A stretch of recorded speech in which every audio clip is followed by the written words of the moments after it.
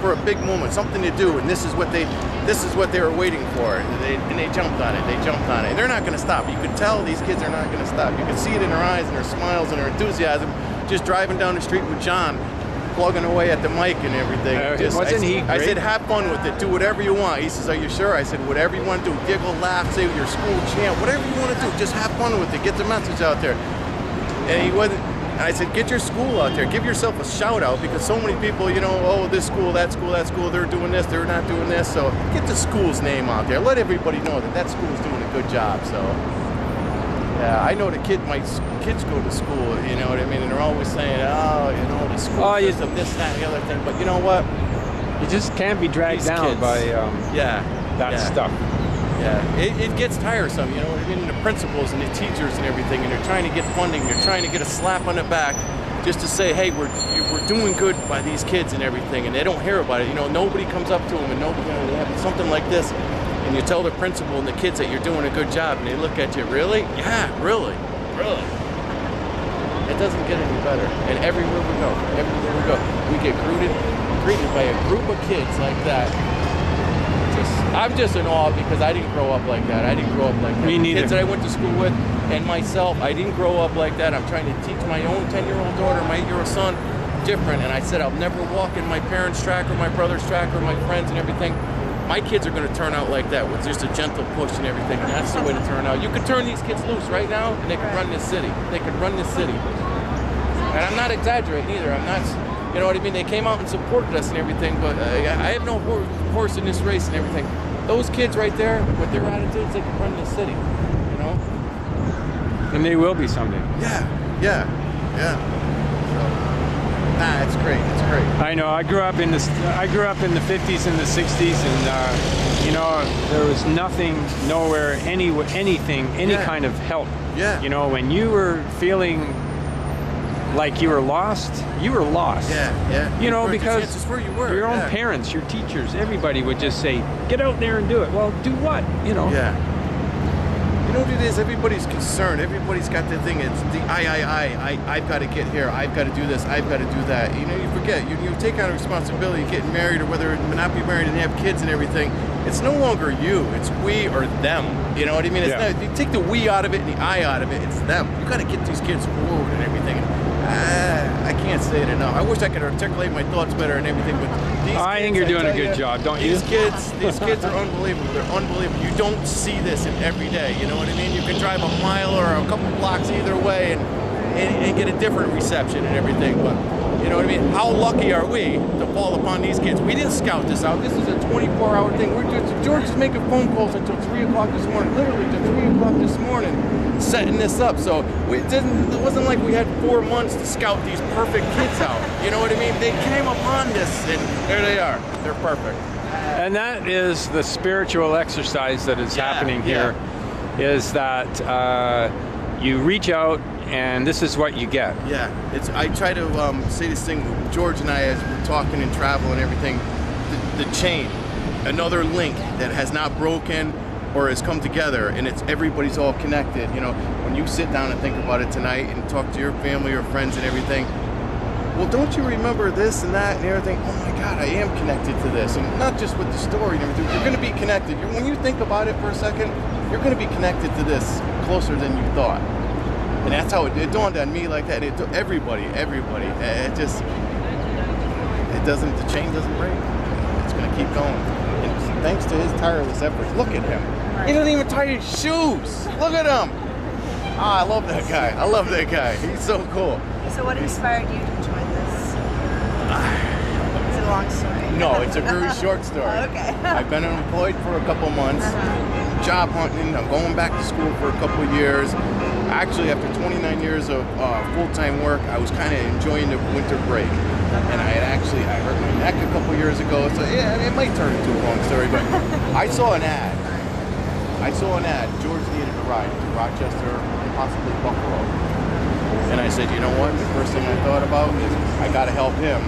But the second thought right on top of that was road trip. I love taking road trips. I'm going to be honest with you.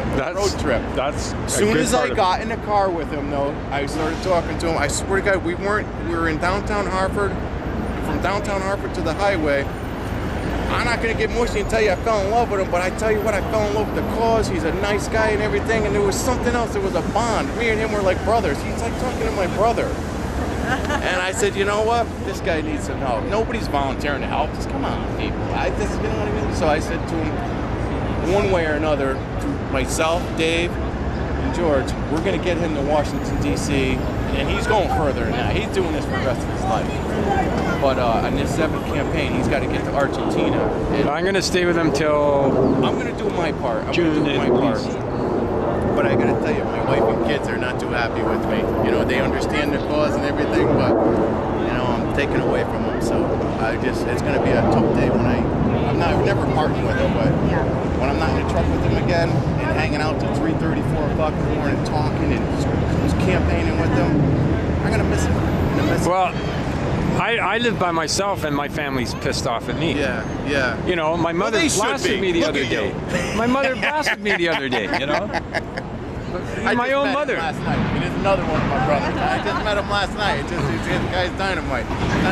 Anybody that can jump head first into a cause like this, you got to know it's not selfless. He's not getting paid. I'm not getting paid, and you know what I mean. We have no horse in this race and everything. This is just pure. I'm lucky I got a pension from 29 years at one job. Yeah. I'm lucky I got that. You know. So where's your next stop? East Haven. Yeah. East Haven, Connecticut. And I'm proud to say that George fit this in. It wasn't on his schedule. When you go to the website, it's not on his schedule.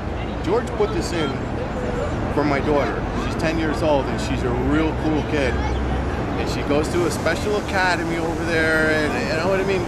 Similar to these kids here. And that's just the teachers push them and push them and push them. You know what I mean? And it just...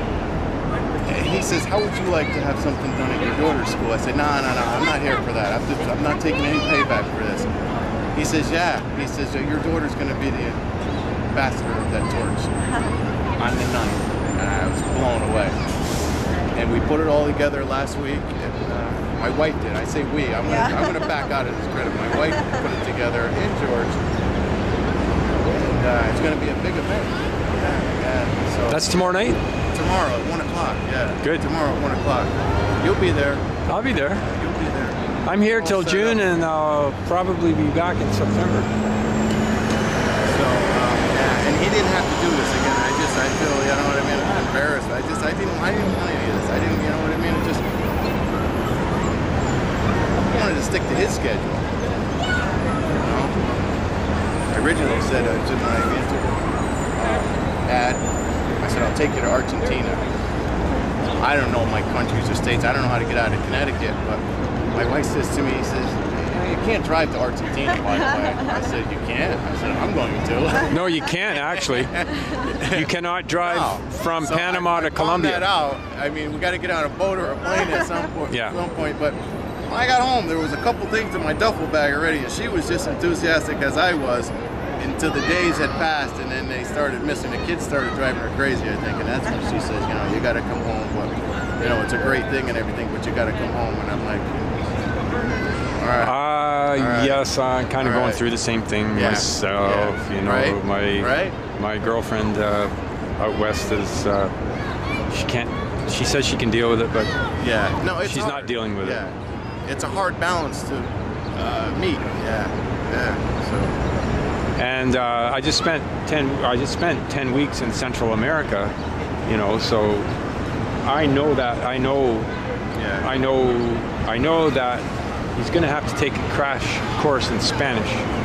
Well, that's what I said to him. You cannot get through Central America without knowing some Spanish. Nobody speaks English down there, unless they're expats. I barely speak English. I said, we were talking one night. I said, do you speak any kind of Spanish? I said, how are you going to do that? I said, look at all these cities here. He says, Does he speak Italian? No. Nothing. No, he just sounds like he don't does. speak English. Yeah. But no. He looks a little Italian. No, he is Italian. I wasn't full sure blown if he liked Italian. Yeah. He's Got beautiful full-blooded. roots. Yeah, full-blooded. Yeah.